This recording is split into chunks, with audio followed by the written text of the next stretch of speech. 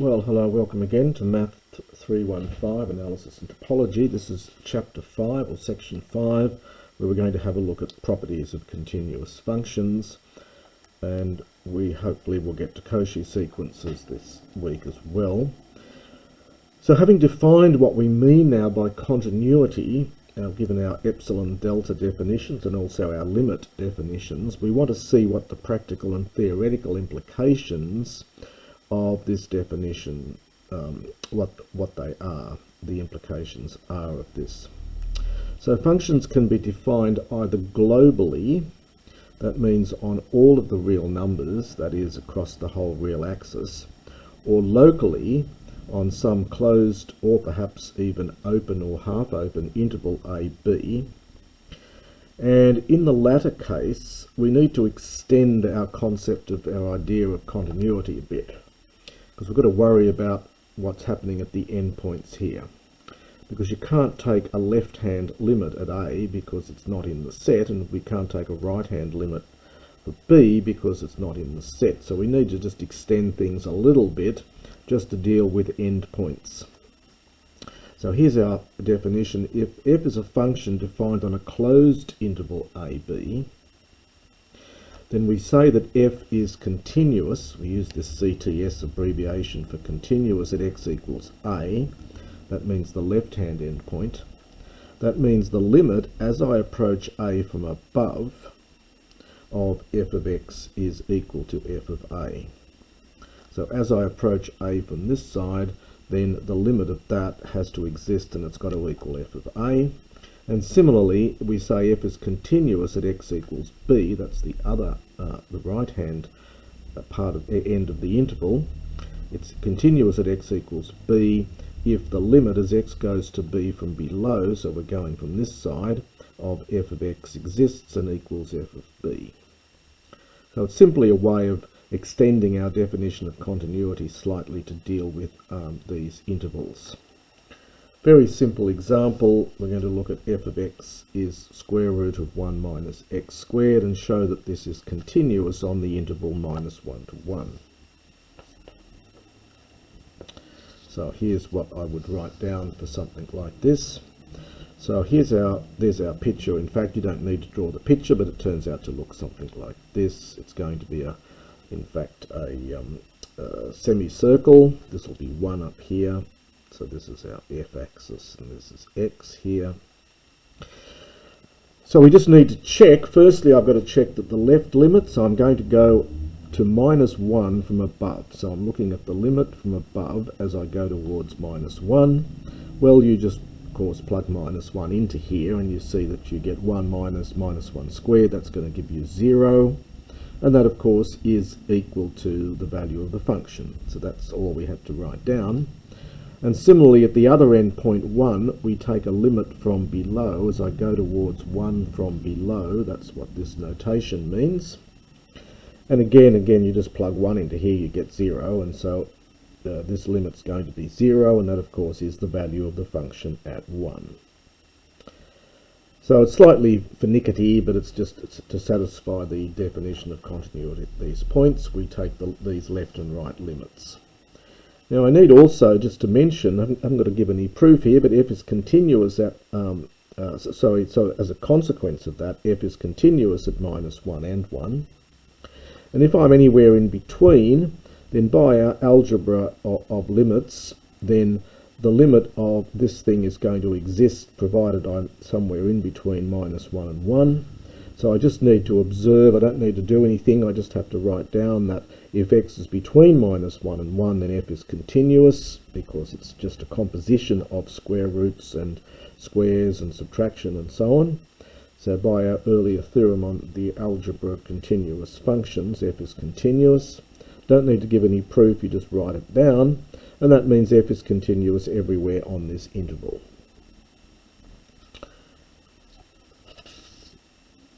Now, we've been dealing occasionally with split functions, and I wanted just to do a little bit more on these split functions.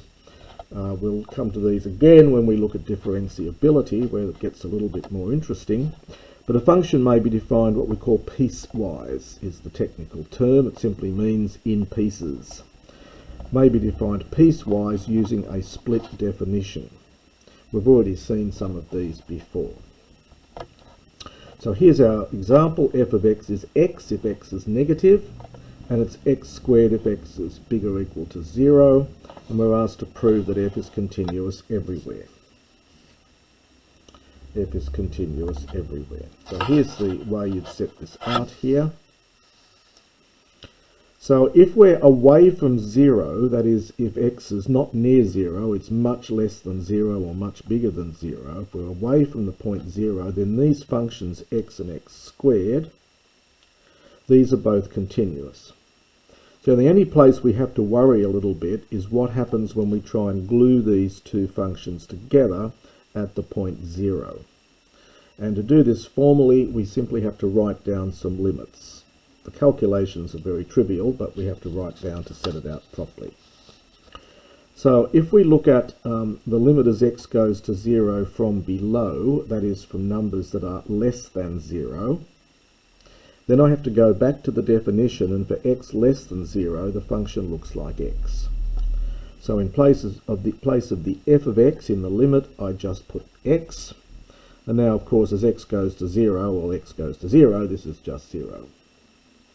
On the other hand, if I look at x, take the limit now as x goes to 0 from above, from the positive side, now I'm thinking of x going to 0 from with positive numbers. So my x now is bigger than 0. And when I go to replace the f of x in the limit, I now have to go back to the definition that says if x is bigger or equal to 0, then the definition is x squared, and that goes in here. And then again, we just take a limit as x goes to 0 from above, 0 squared is 0, and that is in fact the value of f of 0 from up here. Therefore, f is continuous at x is 0, and hence it's continuous everywhere. And in fact, the graph of this function looks something like this. So it just looks like y equals, it's y equals x if x is negative, and it's y equals x squared if x is positive. And you can see from the picture that it's clearly going to be a continuous function. Interesting question that we'll come to look at in the later chapter is what happens in terms of derivatives here. How smooth is this? If I were to slide down here, is it nice and pleasant to slide down, or will I get a bit of a jolt here at the origin? So we're going to look at questions of differentiability here, and we'll come to that in a later chapter.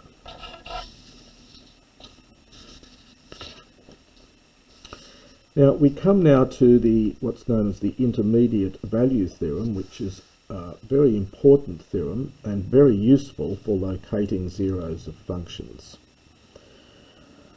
This is called the intermediate value theorem. I'm going to abbreviate that as IVT in a moment, the intermediate value theorem. Now it appears, as soon as you draw a picture of this, it's going to appear that it's intuitively pretty obvious. But like many of these things that appear very obvious, it's actually somewhat hard to prove, and I'm not going to do the proof here. It's somewhat technical. But geometrically it's fairly clear, but to do a proper analytical proof is quite hard. Anyway, here's what the theorem says. This is theorem 5.1. So we're going to say, suppose that f is continuous on a closed interval AB. Now, as with all of these theorems, they're a little bit like the ads on television. They all end with conditions apply. And theorems are like that. You've got to be careful what the conditions are. The conditions are is f has to be continuous, and it's got to be continuous on a closed, that is including the endpoints, closed interval AB. So we've got all those conditions. So there's my picture. So there's my f, there's a and b. It's continuous on this closed interval, so it includes the two endpoints. And we now take f of a, which is here, and f of b, which is here. And I take a y that lies somewhere between the two of these. So any y you like, somewhere between the two of these ones. Then all the theorem says is that if you draw a line across here and you see what value of the x it comes from, then there has to be at least one x down here so that f of x is equal to my y. So I take any y in here. There has to be at least one x. There might be more than one, in fact. There has to be at least one x down here so that f of x equals y. Just to compare that with a function which is not continuous, here's a function here, f, which is, it's defined on the interval a to b, and it includes the endpoint, so it's closed interval. But this function's not continuous. It's got a discontinuity here. It's not continuous at that point, and clearly if I choose my y to be, so f of a is here, so that's f of b. This one here is my f of a. So I choose a y, I happen to pick it here, then clearly there is no x down here that f of x gives me y, because the function's not continuous. So you can see from that how this, roughly speaking, how this theorem works. Now, in practice, the theorem is more often used in the following form, which I'm writing down as a corollary. A corollary is a fact that follows from a theorem. It's a little fact that comes out of the theorem. So my corollary here, and this is the way the theorem's generally used, it says that if f is continuous, again we've got to check conditions apply, it's got to be continuous on a closed interval ab, and we have the property that f of a and f of b, when you calculate these, they have opposite sign. That is, one of them's positive and one of them's negative. So you might have that positive, this negative, or this negative and that positive. The corollary then says, then there exists at least one x in the interval ab, so that f of x is 0. So the picture here is looking something like this. So here's the picture. There's my interval ab. There's f of a down here, there's f of b up here. In my picture here, this one's negative, that one's positive. Then the theorem says that it's got to cut the axis somewhere. If it's continuous, there's got to be some x so that f of x is 0. Now that's going to be very useful in finding, or not finding exactly, but finding intervals where functions have a 0, where they cut the x-axis. So a point where the function takes the value 0 is called a 0 of the function, or sometimes a root of the function. Generally, in modern parlance, you talk about roots of equations and zeros of functions. So the intermediate value theorem then, or in particular the corollary of it, is very useful in proving that a function f of x has a 0. That is, there's a real number a such that f of a is 0. It's very useful, especially in situations where it's very difficult to actually find explicitly the value of a. We simply prove there is one, where in a situation where it may be very, very hard, indeed in many cases technically impossible, to get the exact value of a that makes the function 0. We're simply going to show there's got to be one. So as an example of that, we're going to have a look at the function f of x is x cubed minus x minus 1, and we're asked to consider that in the interval 1, 2. And we're asked to show that f has a 0 in this interval.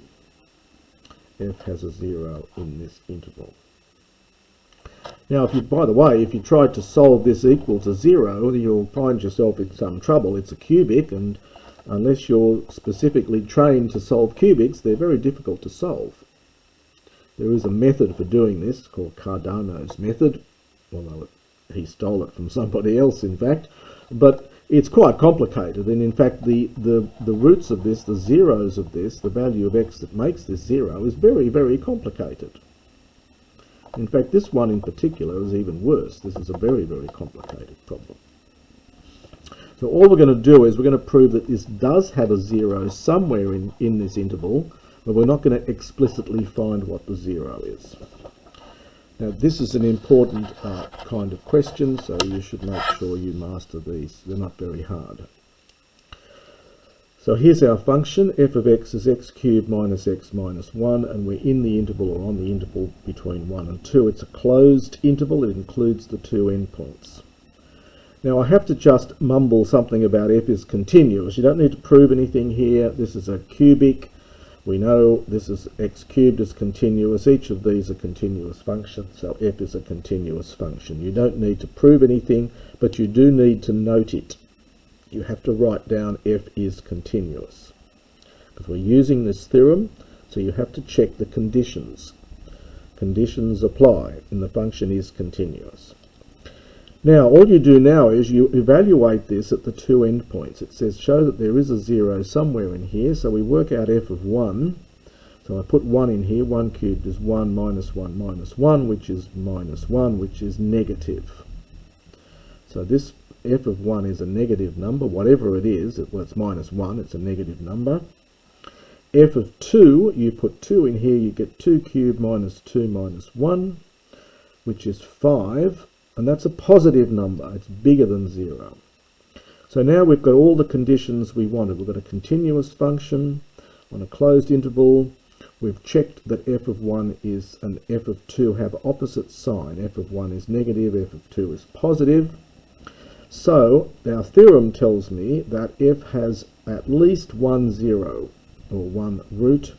1, 0 is probably the more preferable term, in the interval 1, 2, and perhaps I can say by the intermediate value theorem. So it's got at least 1, 0. Okay, so that's a fairly standard kind of problem to be able to solve.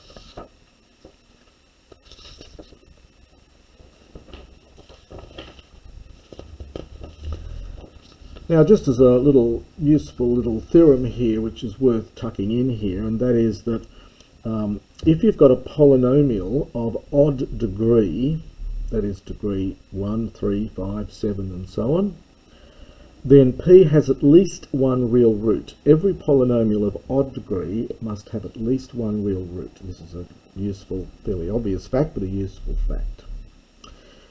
Just to quickly go through the proof of this, well, we can write out our polynomial. There it is. We can suppose that our polynomial has the form p of x is a n x to the n plus a n minus 1x to the n minus 1 down to a1x plus a naught. So these a's, these are just real numbers.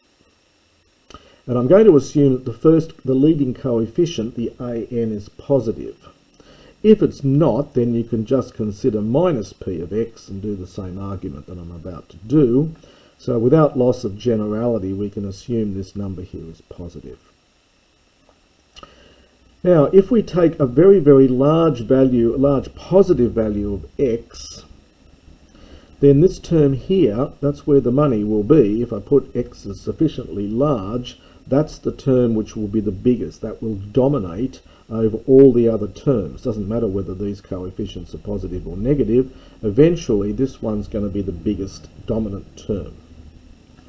So for a very large positive x, a n x to the n will dominate all the other terms, and so for some possibly very large value a, when I plug a into here, p of a is going to be positive, because that one's going to be the biggest, and I've assumed that the a n is positive.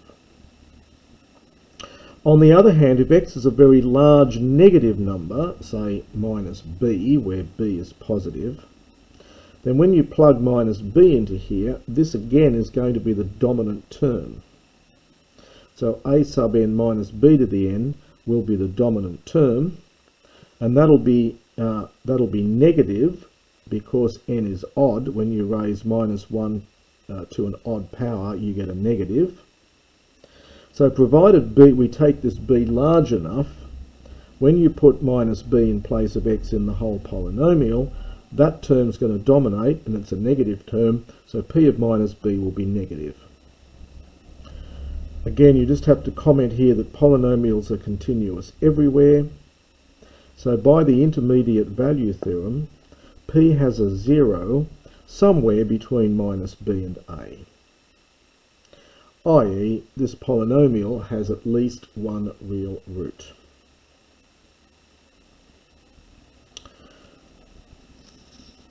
So in the next example, we're going to find an interval AB on which this polynomial here has at least one real root. We know it's got at least 1 by our theorem that we just had, because this is a polynomial of odd degree. It's of degree 5. And so we're going to just simply find an interval on which this has at least 1 real root. And I'll just finish off by working through this one. So here's our polynomial. P of x is x to the 5th minus 4x cubed plus 1. Now, by the way, if I tried to find a root of this one, then I can't. This one, it does have at least 1 real root, and it's got a real root in the interval between 1 and 2. We're about to show that. But to explicitly find what that is essentially impossible, to get the exact value of the root of this one. So what do? Well, I just experiment. I look at this and think, well, I'll just try some numbers. So I'll put 1 in. If I put 1 into here, then I get 1 minus 4 plus 1. So 1 plus 1 is 2, minus 4 is minus 2, so that's negative. By the way, I could have put minus 5 in here, and that would still be negative, I think, but I just note that if I put 1 in, so it's all trial and error, I put 1 in, I notice I get a negative number. So I want to now think of another number that'll make this positive. So I just try 2. If it doesn't work, I'll try 3. But I put 2 in, and I get 2 to the 5th minus 4 times 2 cubed plus 1. 2 to the 5th is 32. 2 cubes, 8 fours are 32, and then plus 1, this all adds up to 1, which is positive. So I'm happy. I found a number where p of that number is negative, another number where p of that number is positive. Again, I just have to mention that p is continuous. So by the intermediate value theorem, p has at least 1 real root, or 1 real 0, 1 real root in the interval between 1 and 2. There's the interval there.